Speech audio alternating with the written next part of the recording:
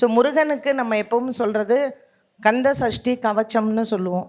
அந்த கவச்சம்னா என்ன? நம்ம ஒரு தாழ்த்து போட்டுப்போம், கையில் ஒரு கயிறு கட்டிக்கிறோம், இது எல்லாமே கவச்சம் தான். ஸோ நம்மளை சுற்றி ஒரு பாதுகாப்பு இருக்கிறது இந்த கந்த சஷ்டி கவசம்ங்கிறது.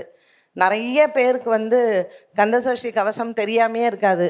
குட்டி பசங்களுக்கு கூட அழகாக சொல்லுவாங்க சஷ்டி கவசம்.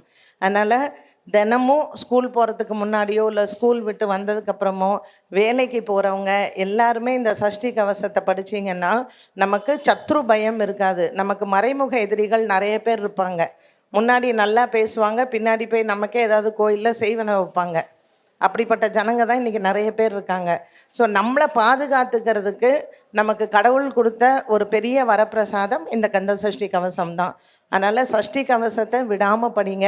அது எந்த காலத்துலேயும், இப்போ உங்கள் வீட்டிலலாம் யாராவது ஒரு ஆக்சிடெண்ட் ஆகிடுச்சு, ஐசியூவில் இருக்காங்கன்னு வச்சுக்கோங்க, நீங்கள் வீட்டில் உட்காந்து சஷ்டி கவசத்தை விடாமல் படிங்களேன். அவங்களுக்கு அங்கே என்ன ட்ரீட்மெண்ட் கொடுக்குறாங்களோ அது அந்த ரத்தம் ஏற்றுக்கும் உடம்புல. ஏன்னா நம்ம உடம்புல ஓடக்கூடிய ரத்தத்தை ஆள்றது எது அப்படின்னா செவ்வாய் தான்.